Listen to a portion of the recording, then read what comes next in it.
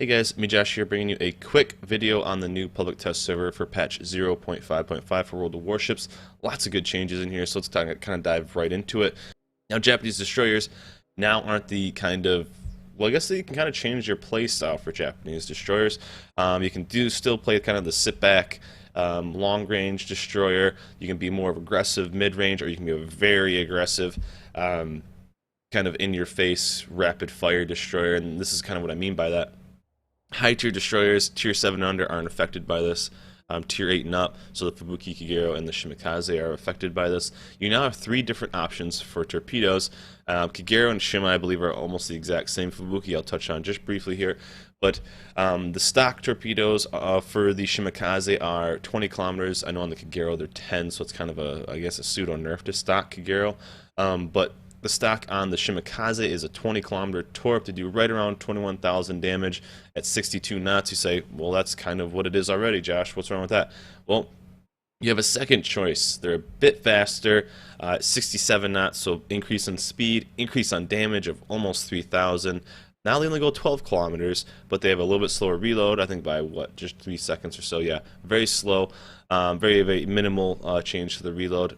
And then there's this kind of blitz version, much faster reload. They're basically Zao torps, just over 21,000 damage, 8 kilometers though. On top of that, you could roll the torpedo acceleration, so they're even, I mean, I played with everything a little bit. In my opinion, the 8-kilometer torps are almost suicidal at that high a tier. You can get the Shimakaze down to about a 5.9 on right here for detectability. You're launching 8-kilometer torps, assuming you don't take the torp acceleration with that. I mean, you can get insanely quick at 81 knots or something like that. 8-kilometer torps, I played with it during the test server, and it's kind of insane at high tiers. It's wicked close. What I ended up doing was testing the long range with the torpedo acceleration. Basically normal shimmy, you just do a little bit less damage on your torpedoes than currently on live. One thing I actually did like doing was going with the 12 kilometers and going with the newly popular build of the AFT concealment Shimakaze, which if you guys hadn't known, with the upgrades, you take kind of the normal concealment, but you take AFT instead of the life on Shima. You go normal detectability, but you actually take the range on your guns instead of torpedo reload. So not only are you a stealth firing Shima, which seems insane, it takes a little while to get used to, but you can almost fire a 13.7 kilometer artillery range and I think a 9.3 stealth firing range. So seems very strong. You can actually be a great anti-DD. You still have really good torps at 12 kilometers, so you're kind of in their face anyway. That's kind of the build I like the most. My opinion, I would either go with the 20 or the 12s. I think the 8s are a little bit too risky for my taste. Some people, their playstyle a little bit YOLO than mine. But for me, I like the changes. It's not just a sit back and torp and hope for the best. It really gives the Japanese destroyers kind of a change, their options in how they're going to play their play style, basically. So, like I said, though, Kagero kind of has the same situation. 10 kilometers to start, so it's kind of a bummer for stock Kagero to be only 10 kilometers. The second choice is the 20, so the normal long range, and then they too have these fast, quick 8-kilometer torps. Fubuki, I believe, is kind of the same, 10 kilometer stock. Long range is the 15, so it's kind of, this is kind of the normal, and then that has another 10. So, you know, it's different kind of playstyle, so I guess Fubuki wasn't hit as much, but Kagero and Shima, you now have this kind of super in-your-face style of gameplay. I kind of like it. This kind of dives right in with the increase on health for cruiser and destroyers. If you guys have been playing destroyers, especially, let me get over to the Fletcher really quick. If you guys have been playing USN destroyers, Russian destroyers, any destroyers really, or your cruisers, you've noticed an increase, especially the Atlanta. Let's highlight that really quick. The Atlanta, you guys lose turrets all the time. That's one thing, because they had the turret life too low. I believe it's raised from 1,000 up to about 4,500. I mean, there was games where you'd lose, especially with the gearing. Notice it a lot. Some of the Russian ones where it's the Ognavoy, where if you lose one turret, you lose 2 of your 4 guns.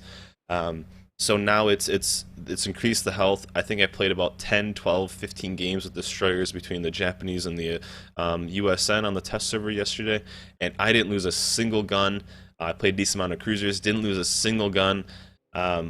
So they increased it from about 1,000 to 4,500 life. I mean, you can still lose turrets. It just doesn't happen as frequently as it used to. I think it was a huge, a much needed change. I really do enjoy that, especially me kind of being almost a destroyer player myself.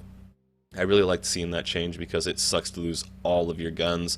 Only having one gun. It still does happen. I still lost. I lost. The only turret I lost yesterday was actually on North Carolina. So I mean, the possibility is still there. It's not there completely immune, but the one salvo of taking out 2 or 3 turrets is no longer hopefully going to be there. I mean, the chance is still there.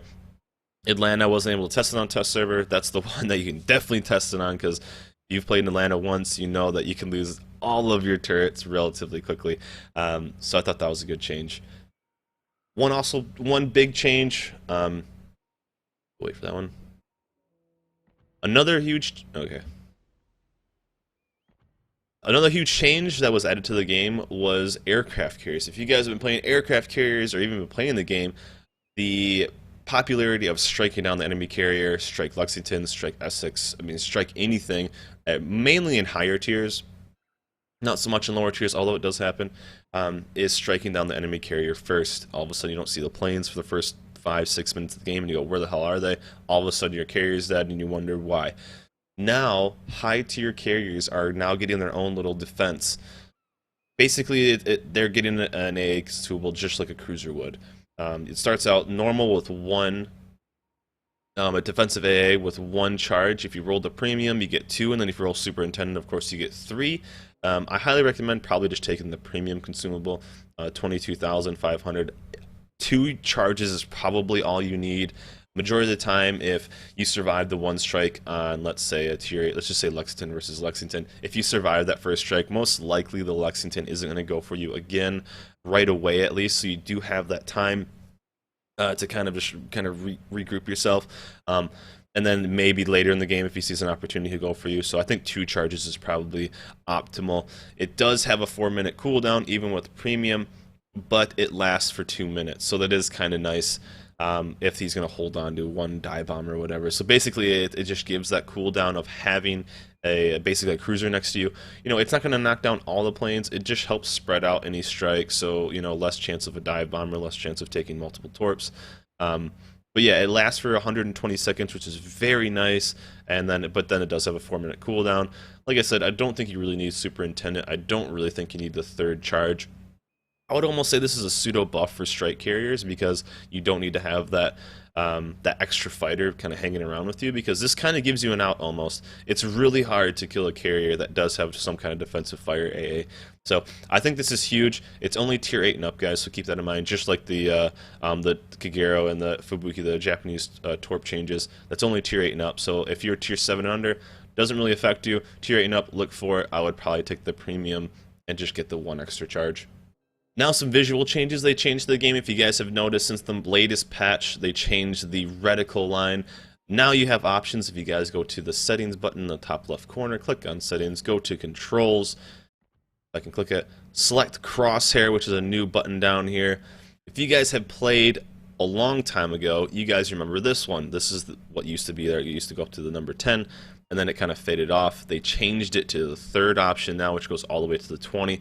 Everyone kind of had to relearn how to shoot, but now they added in these different types. And of course, you can go check it on whatever map you want when you're testing it out, see which one you want. But now you have 9 different options to look at. You also have a dynamic option that can change the way the numbers look and everything, a little bit more vibrant and everything. But now there's 9 different times. You can go with the basic one that we've all known and played since, I think, basically Alpha. 2 is a hybrid, which I'm actually using. It's basically still has the vertical horizontal. It just goes up to 15, doesn't go all the way across to basically the end of the map. 3rd is the one that's currently in the game. 4th is a black version where it's just kind of easier to see on some maps. Other maps, it kind of does blend in a little bit. 5 is just a purely horizontal line, no vertical. 6 is a green line, no numbers or anything. If you just want a purely horizontal line, you like the way that looks, it's easier to see, kind of has the same look as the end line, the border line. And then 7 gets into kind of, a lot of people have used the as lanes mods for their game. This has been, if you've seen other streamers, they've used this. What this does is it helps you kind of aim at somebody that's going away. I don't like it. I think it's too it's too much on my screen. But some people like this, so there's now 3 options for this. So you don't need as lanes if you're using this for it anymore. It's now in game, in the test server at least. So there's a white version, a black version, and then there's this whatever this is, all different kinds of colors. So the space version. So I think a nice little addition to the game. If you want to change it up, I didn't like when they force you to change your aim, like how you aim, because we all had to relearn how to aim. Because if you guys ever really noticed, especially from my own play, when you go from this, you don't really realize how much you use the end of this marker as a reference point when you aim. So when you go from the type 1 to the type 3, you lose that. So you have to relearn how to aim, how long to lead stuff. I actually went with the kind of the in-between. It's worked out for me pretty well. But I do like this change. You can kind of customize it how you guys like.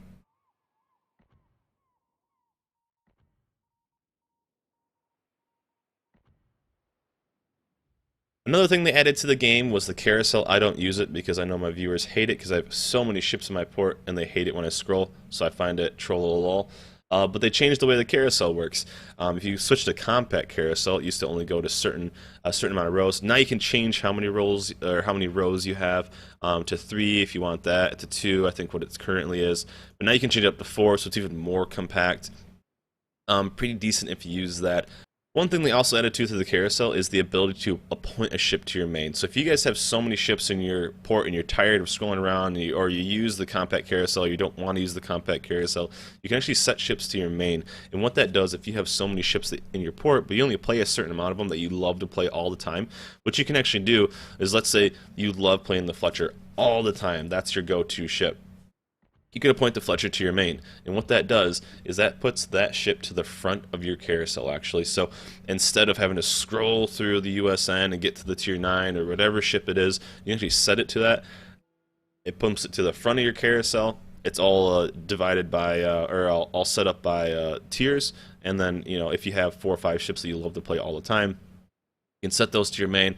It pumps them to the front of your carousel, and then it's easier to find them. I actually quite like that, especially, well, me, I have so many ships in my port, but for somebody who only loves to play a few ships all the time, I think it's really good for that. Basically, set there, they stick there. Doesn't reset or anything when you log out. A great little feature there. Also, another great thing they added to the game was when you go to modules, right? Every one of us has, especially high tier. If you've ever been to high tier, you've changed one thing to another. Let's say you want to switch from Air Group 3 to Flight Control, for you want faster planes. So what you had to do was either you had to demount it for 25 doubloons, or you had to destroy it. And that always hurt the pockets of all of us. I know all of us are credit grinding like mofos. So one thing they did and they added to the game was you can now sell for half the price. And so I do feel like that's awesome. You no longer destroy it. If you have no doubloons to hold on to it, you at least get half your money back. It's not completely zero. So there you go. You get half the money back. It switches up.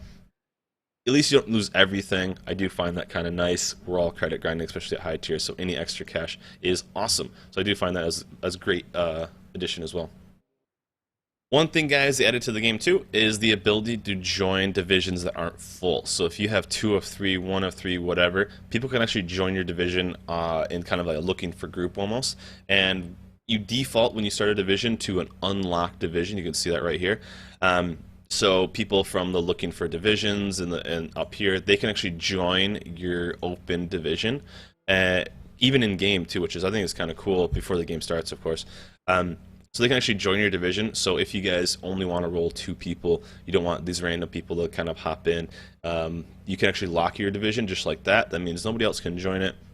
It's kind of cool. It's kind of weird because playing this test server, you didn't have to worry about it, or you didn't have to worry about it on live. And then when playing the test server, like, who are these people? Who are these people joining?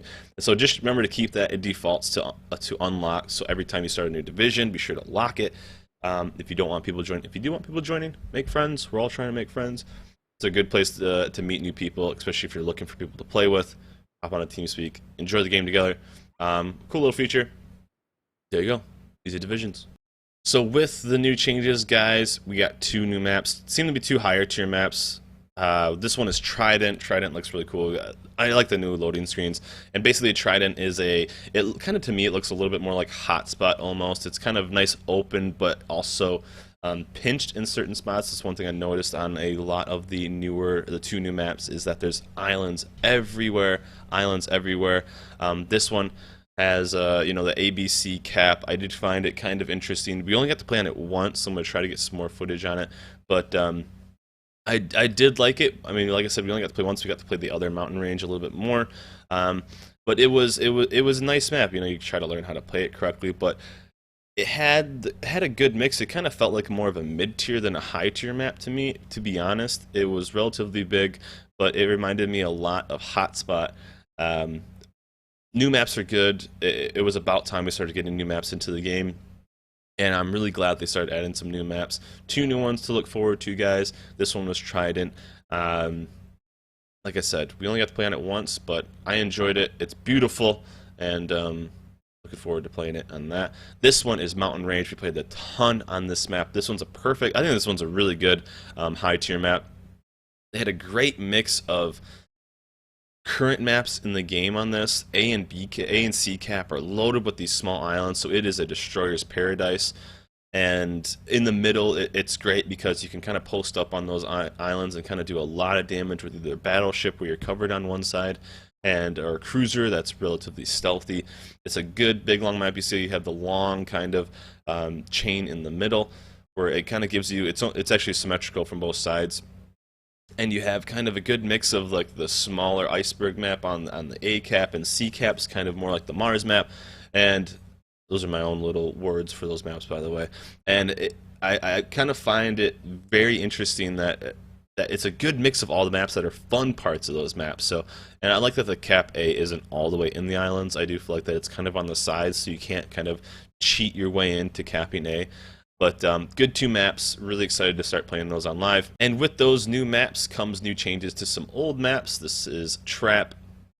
Trap has grown a pimple on the middle of B map, and I found it very fun to play around. It's a destroyer's paradise, even a sneaky cruiser's paradise. Here's me in the Chappie, I believe, the tier 8 Russian cruiser. And we kind of use and abuse this map a little bit. It's right in the middle of B cap, and basically what you're able to do is kind of cover from one side. I had a lot of fun messing around with this on with destroyers, because you can really like kind of sneak in and out.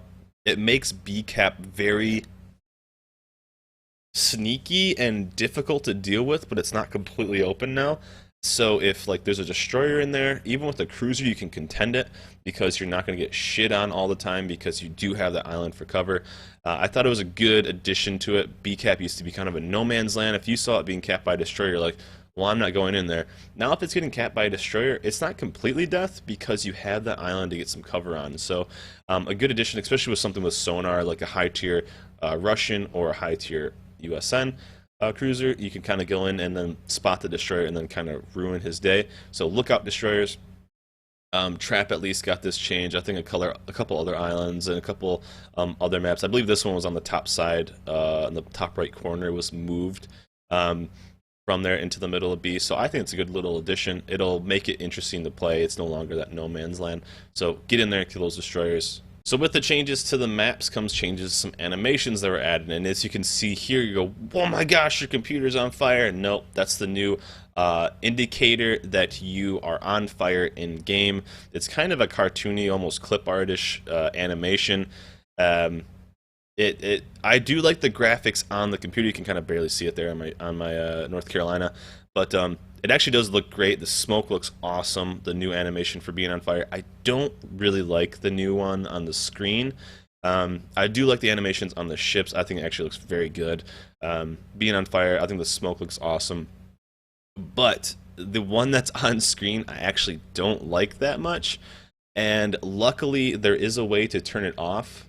You can actually turn it off by going to settings and just the graphics right here and reduce fire effect. Currently, that's what I went with. I found it very distracting. You can go there, so it's settings, graphics, reduce fire effects.